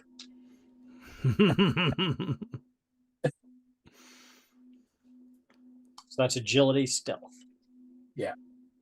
Got it. I'm just waiting for him to fluff it. Just walk into a guard.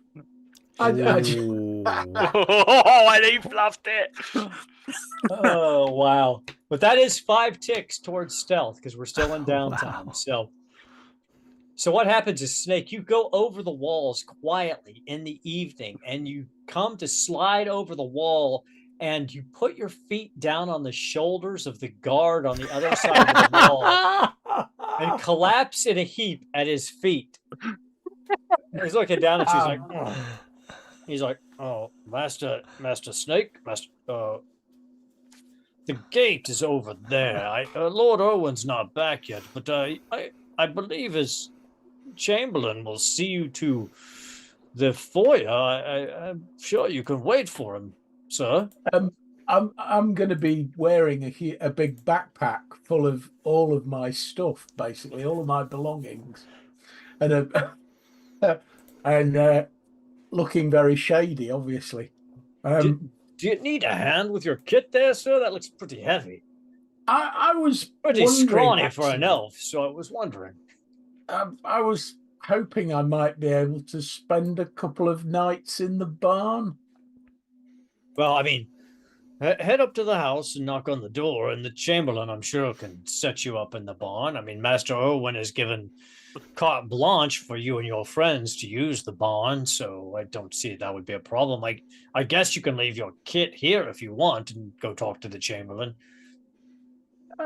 No, it's okay. Really, next time the gate is right there. Right there. Yeah. I was got the rope on the outside. If you pull on the rope, we'll come to the gate and let you in. Maybe I didn't hear when you pulled on the rope, but must have been that. Yes. Never mind. And I'll quickly walk off.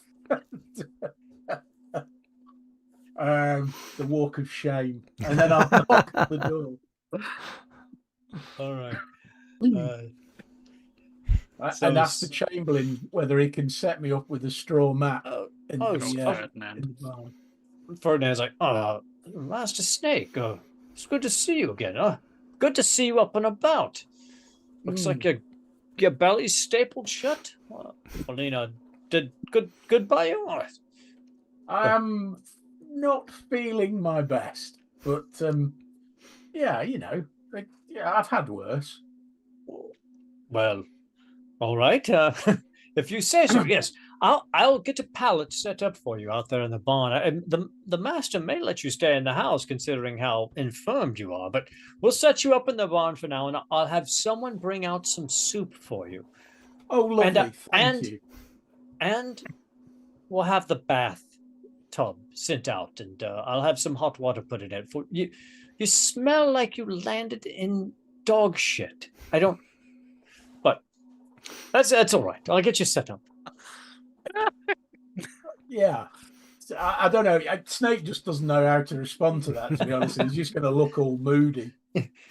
Ferdinand's looking. He's like, "Oh yes, definitely. You looks like you landed right in it. It's all over the back of your. Give me your pants too once you get settled in, and I'll have the laundress take care of that. Master will be. I'll let the Master Irwin know that you're here, and I'll remind the guards that you're a guest, so that I'll try to keep the dogs out of your palace too. I mean, thank you. That would be most welcome. Yeah, no So problem. Snake really is feeling lowest of the low at the moment. He's lost his business. He's lost his place to live. His wagon isn't ready yet. So, he's feeling a bit sorry for himself. So that's probably a good point to go for a drink, isn't it? That is. And knowing that Boris is a big Kislevite, maybe the Kislevite bar pub may well be the place to go once I've had a bath, of course. Okay. So they bring the tub out, they fill it with some hot water, and they bring some soaps, and we see Snake slipping into the tub as he prepares himself to trek over to the Boyar's Rest. Erwin, where are you headed? To be honest, I'd probably have no real idea where the hell anyone was, because frankly, he probably hasn't been paying attention. So he'd probably just be like strutting, and he would be very much strutting home. I'd imagine he's got some kind of like cape, whatever is the latest fashion in the area. Yeah. And probably like wearing an incredibly flouncy hat with a gigantic feather in it. Of course. As is the style. And so as you probably just saunter up to the front gate. Okay, so as you approach your gate, the guards immediately open it. They bow, Lord, my lord, your associate, the elf, Snake, is it? I think he odd chap fell on top of me. I don't know what to tell you, but I believe he's in the barn taking a bath. Ferdinand's barn. Well, Ferdinand set him up. He smelled badly. I don't know. It's fairly normal for Snake. Why is he having a bath in the barn? That's just bizarre. And I'll strut over towards the barn. Okay. As you're moving towards the barn, Snake, you have been lulled into a light sleep in the tub. And while you're asleep, you feel tiny claws digging at your face. You feel a hard, harsh, pebbled tongue slowly inserting itself into the flap of skin under your cheek and licking at the blood and muscle in your face. And then you feel another tearing sensation across your stomach, and it almost feels like something small is shoving its head into the wound that has just been sutured up and biting at your intestines. You feel this agony, and then you just hear a woman's voice in Elvish. Help me, I can't hold on much longer.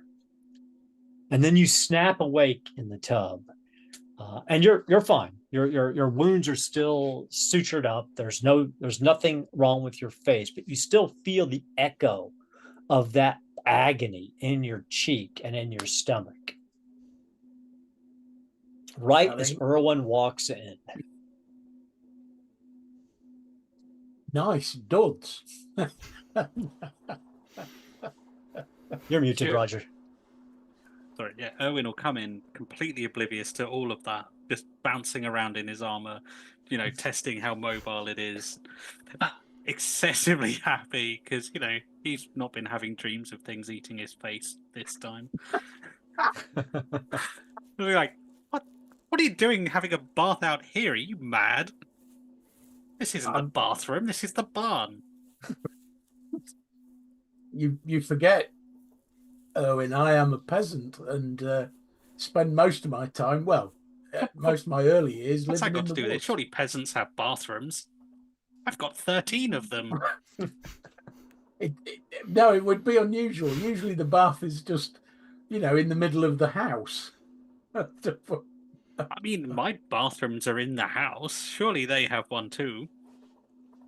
No, not really. But why bring the tub out here? There's baths in there. Well, it's beautiful. It was a lovely evening, and the barn was lovely and fresh. I'll never understand you elves.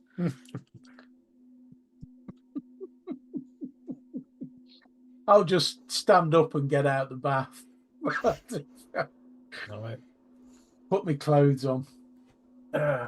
Well, I have to say, what a great job on the armor you've got there, Erwin. That really does. Very kind of happy grin of, yeah, look at the new toy. Really does make you look like a champion. But just kind of look at the pile of his stuff on the floor.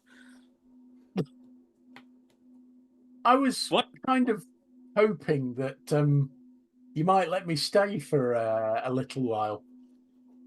In the barn? Well, I don't mind sleeping in the barn. I mean, that would be fine. There's a house. I don't appear to have a business anymore. Are you telling me that you don't have bedrooms either? You can't be serious. You must have bedrooms. No, I used to sleep on the floor of the pit. What next to not having a billiards room? Where's this going? Well, its old name was the Dog and Duck Molester, but Nine Toes took it up market and dropped the molester bit. So it gives you an idea of the kind of place we're talking about, really. Well, I can't say. Wasn't that the one I used to come and watch fights in? That's the one. Yeah, Stumpy Joe. You're terrible booze, but the fights were entertaining. I remember that one where that dwarf hit you once and you fell over. That gave me a chuckle. I mean, you can stay in the house. I mean, it seems a bit unseemly having someone sleeping in the barn. Well, thank you. I would appreciate that most heartily.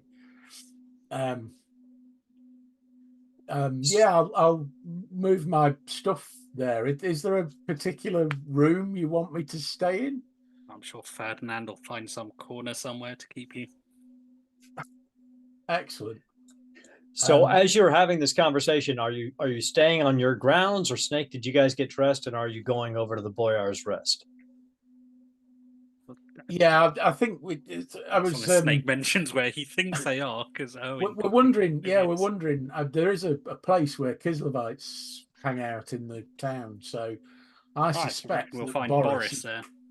Exactly. So excellent. I think Boris will like this. Going back to enjoying his new toy. Going to show Boris my new armor. So look, it moves. So you guys are chatting and strolling and admiring Erwin's armor as you make your way to the Boyar's Rest, and then Boris and Neville, you've been chatting, and then the doors open and you see your other two companions walk in. You see Erwin in a very, very fine suit of supple dragon shard armor, and you see Snake in his rumpled clothes that were just on the barn ground. Rumpled snakeskin. Boris, thinking he's being quiet, but obviously Boris is quite loud, leans over to Neville, because they've been having a few drinks at this point. They've been drinking for quite a while. He goes, I think he's compensating for something. Looking at her in shiny new fancy armor. Surprised he managed to get here with it still on. And then he goes, like, obviously wasn't quiet, but he goes, Owen, you look fantastic. Oblivious to it all. I know.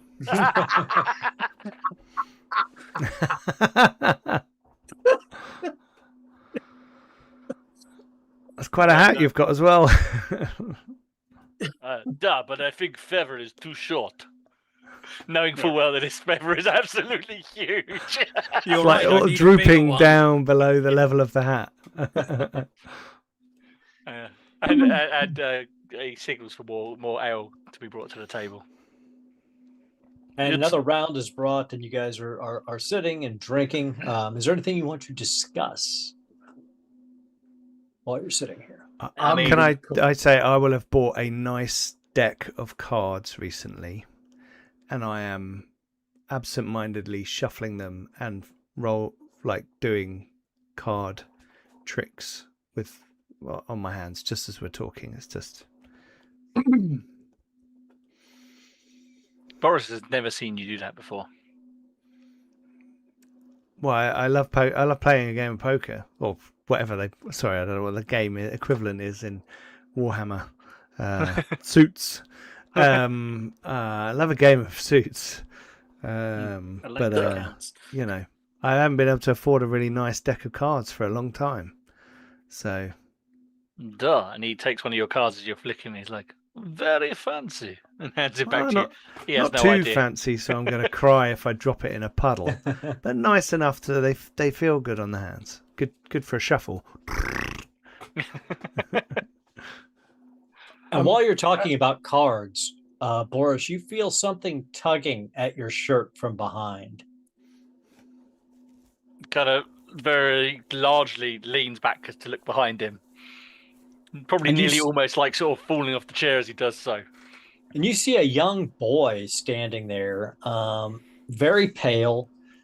His pupils are dilated so big that that's all you can see in his eyes.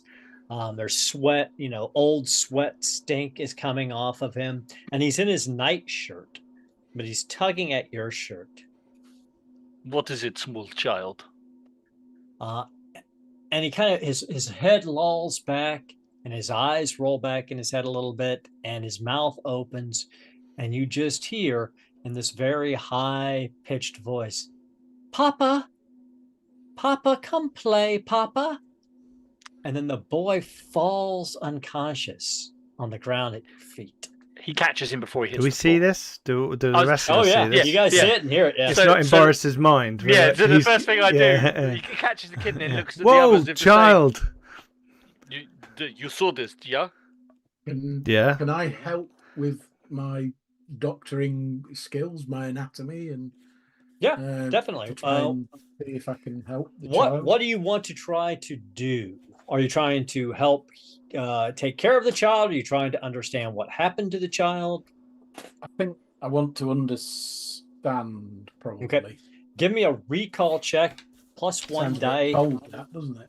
plus one die with your because of your anatomy skills. Okay. Plus one dice. Right. Can I use awareness to see if there are any flavors of magic around the child? Yes. Possible? Yeah. Give me a willpower check, though, not an awareness check. Yeah, sure. So, one success. One success. Okay. And One success. Neville also got one success. So, Neville, you see, it's almost like as the child breathes out, it's like a cloud of dark and gray ash being expelled out of his lungs. But you only see it through this magical sense of yours. It's not even really seeing it. It's just that's the best way you Feeling can it. describe it to yourself. Yeah. You're experiencing this happen with senses that you can't quite define yet. Sure. And Snake, what you gleaned from this is you've seen this kind of illness in the last couple of weeks that you've been back in town, and Olena has described it as well because she's treated some children with it. This boy obviously has this sleeping sickness, and he has a very advanced case of it. Is there anything I can do to help him? There's not been no one's been able to find out what can be done other than making the children comfortable and trying to keep them hydrated and trying to keep some food in them. There's not really anything that anybody's been able to figure out how to deal with it. Boris, I is shall this clear the the table, unnatural thing you spoke of? Duh. This is the sickness of evil magic. Aaron, have I ever heard of anything like this happening in the area before with my lore of Talagaad or the Empire? No.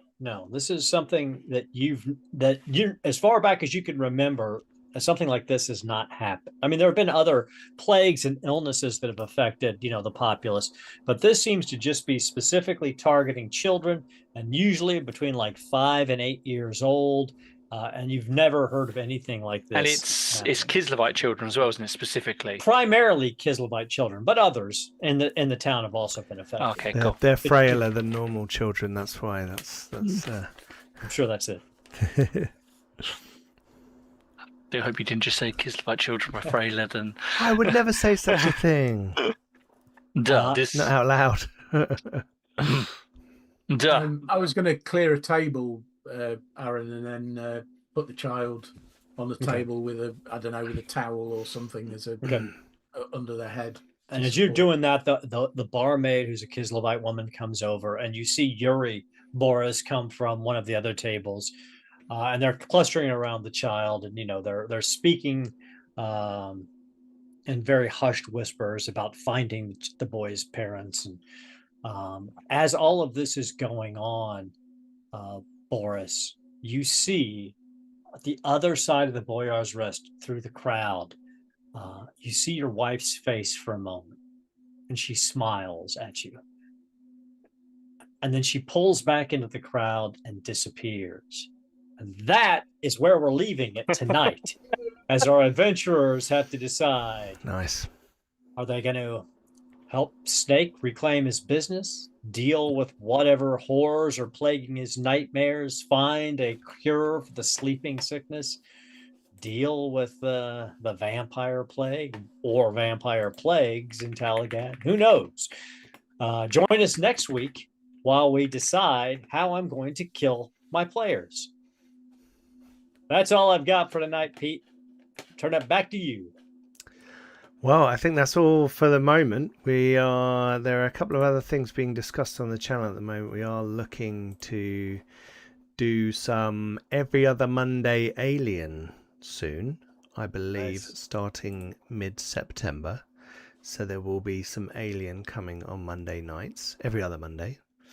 And once my children return to school, I'm going, which is in next week, right? So the following Monday during the day, I'm going to try and do some game design streams around Shadow of the Shear, which is my kind of intermediate project that I'm looking at the moment. Similar, same system as Heroic Deeds and all that, with a little twist, but a science fantasy setting, just to give myself a little break and palate cleanser before going back to reattempt the Kickstarters, but with a twist, with a change to them. So there's more stuff coming very soon on the channel. But yeah, that was a really good session. I had a lot of fun, and I'm looking forward to seeing what trouble Neville's going to get into. Me too. Yes, absolutely. But yeah, I think that's everything from us tonight. So thank you, Aaron. Thank you, everyone. My pleasure. Thank you for watching. I saw that Lupa Cow just caught up, obviously on double speed or something, just as we finished. So always glad to have you. Absolutely. Thanks, everyone. If you're watching back on the YouTube later, please don't forget to come check out all our social media below. Links are there for all of our many ways to find out Garblag fun. And the other, I tell you what, Aaron, the only other thing that I've been thinking about is Teenage Mutant Ninja Turtles and Other Strangeness, and potentially having another few sessions of that, because we ran that before. Loads of people have recently been commenting on that video, and I've got the Redux version, and nice. I've been looking at it recently, so I thought maybe we could get back to that. You gotta love that old Palladium game. I mean, who doesn't want to be a Teenage RPG Mutant Ninja kitchen Turtle? sink. It's amazing. Yeah, I think I was absolutely. a badger or something last time. You were a bear. Oh, a bear. Boris was Dan was an owl, I was. and Mark was a 7 foot tall squirrel. But yeah. Anyway, that was a lot of fun. That's why the game is wonderful. It is. Yep. It is. Anyway, thanks everyone for watching. Drop us a like and a comment about how Aaron is an annoying American bastard. Yes, please do. And we'll see you all next time. Good night. Bye bye.